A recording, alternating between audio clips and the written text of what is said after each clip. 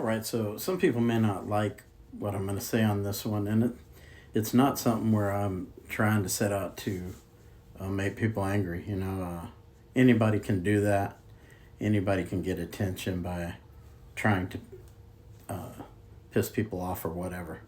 But Nate Diaz, I see like the narrative that's coming out post UFC 279 and even leading up to the Hamzat fight was that Nate Diaz is the most mistreated fighter, and he got the proper send off that he deserved and all this, and I just don't agree with it. Nate Diaz has probably been one of the most protected fighters in UFC history, if anything.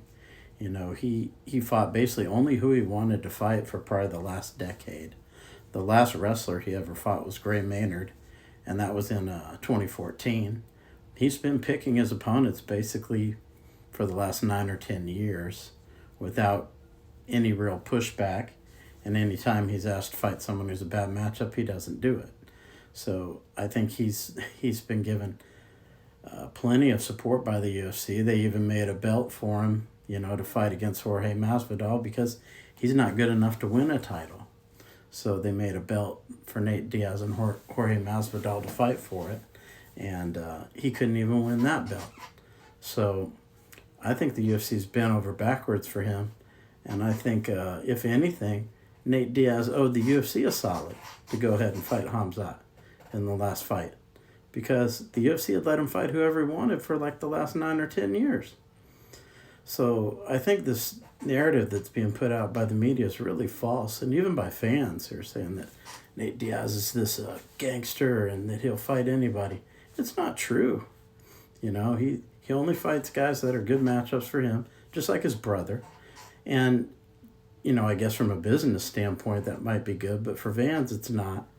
And I would say, really, Nate and Nick Diaz are two of the guys that are most responsible for what we see now, where it's really difficult to get decent guys to fight each other. Because these guys spent, the last decade only fighting people when they felt it was a advantageous matchup for them.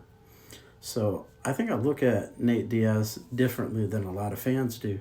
And I don't get into disliking fighters or anything like that. I watch matches for the matchup. I watch fights for the technique, the chess match, what it looks like between the two guys going in, things like that. I don't get into, I'm a fan of this person, I don't like that person.